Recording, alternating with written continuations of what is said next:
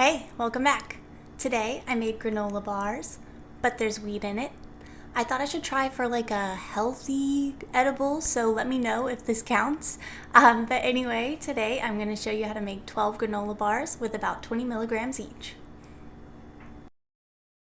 I started off by weighing out my weed. I'm using about 2 grams total, but here's the equation I use for dosing so you know how much to use. Then I set my oven to 240, and while that's preheating, I start breaking up my weed. Mine's pretty small, so I didn't have to do too much, but you don't want to grind it because the weed flavor will come through a lot more in your final product if you do grind it.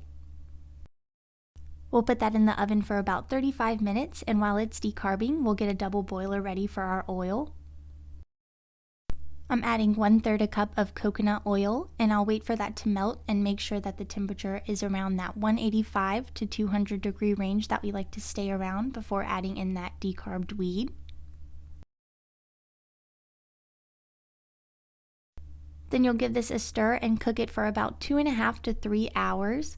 You do want to stir it about every 30 minutes or so and check that the temperature is around that 185 to 200 degree range throughout the cooking process.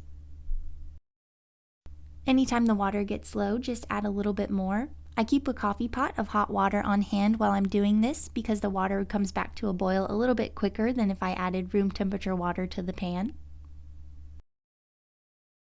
When the oil is finished, you'll just drain out your weed. Obviously, the finer mesh you have, the less weed particles will end up in our final product. To this, I'm going to add 1/3 of a cup of peanut butter and 1/3 of a cup of corn syrup. I use this large glass bowl because I'm going to put it back onto a double boiler and melt this all down and mix it together. When this is melted and combined, you'll just take it off the heat and add 1 teaspoon of vanilla.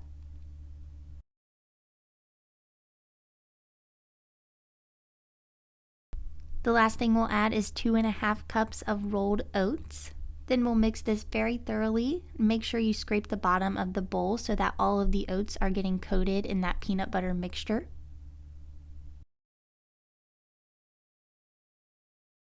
Then we'll transfer this mixture into an 8x8 pan. I covered mine in plastic wrap to make it a little bit easier to get them out at the end. I try to move this into an even layer with my spatula, but don't press it down too much until you've added your toppings. I'm sprinkling on 1/4 a cup of chocolate chips, but you could add nuts or M&Ms or anything that you like, and then I press it down with another pan just to make sure it's tightly compacted. Then I stick this in the refrigerator for about 30 or 45 minutes until it's cooled and solidified into one big granola bar. The final step is to cut these into 12 even pieces, and that is it. Your granola bars are ready to go. Like I said, these should be about 20 milligrams each, but with homemade edibles it is hard to tell. Keep in mind that it can take up to 2 or 3 hours for edibles to fully kick in. Let me know what you thought of this recipe and video in the comments. If you try making these at home, I would love to see pictures. You can find me on Instagram. And as always, thank you guys so much for watching.